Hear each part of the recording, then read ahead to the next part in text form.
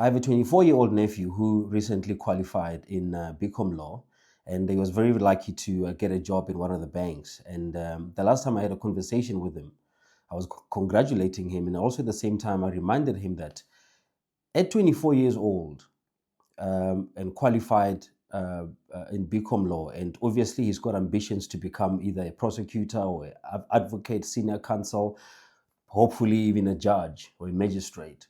And what I was telling him is that at 24 years old, you and people that are in your age group, if you do not get rid of the ANC government, if you do not register to vote and be involved and vote out this corrupt government, what is going to happen in the future is that when you are a magistrate, you're going to come face to face with the mafia.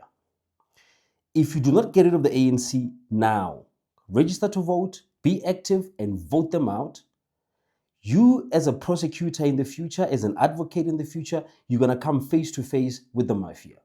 And how does that happen? As a magistrate, you're going to find yourself dealing with a case where you have to sentence a person for whatever crime they've committed, and you will get a call or get a text that tells you that if you sentence that person and not let them go, you will lose your life.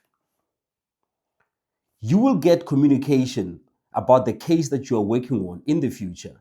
And the threats will be that if you don't do what we tell you about that case, you will never see your family again.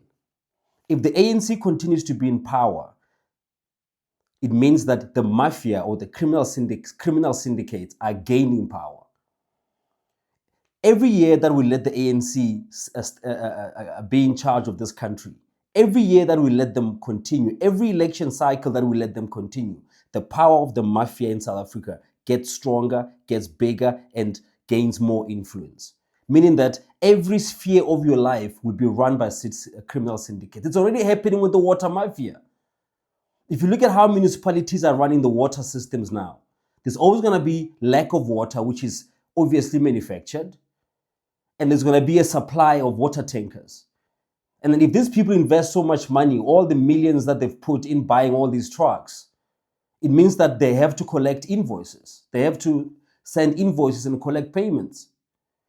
So the ANC has created a system where criminal syndicates are now giving us services. Criminal syndicates are the one providing us with services. And now what happens now is the infrastructure is going to run according to what they want. We are seeing with the water mafia.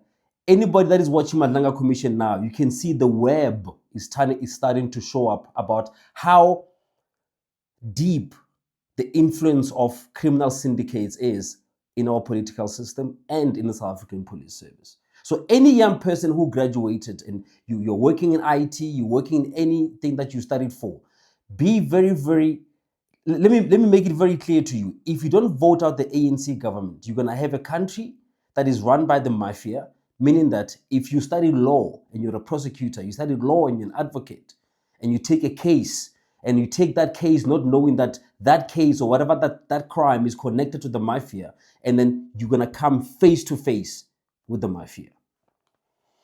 So I wanted to share that today because this conversation came into my mind when I was thinking about what nonsense goes on with the water mafia.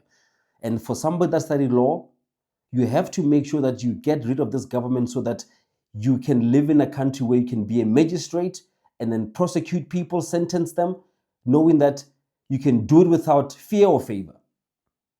But then the minute you lose that right to sentence people according to the law, it means the country is run by the mafia.